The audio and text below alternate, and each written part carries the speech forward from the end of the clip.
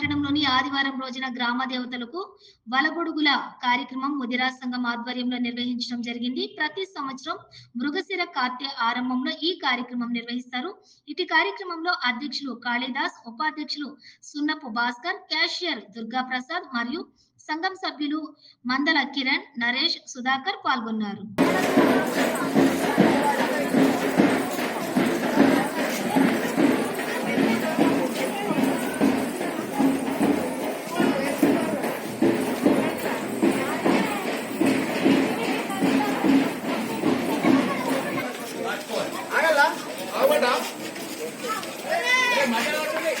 అరే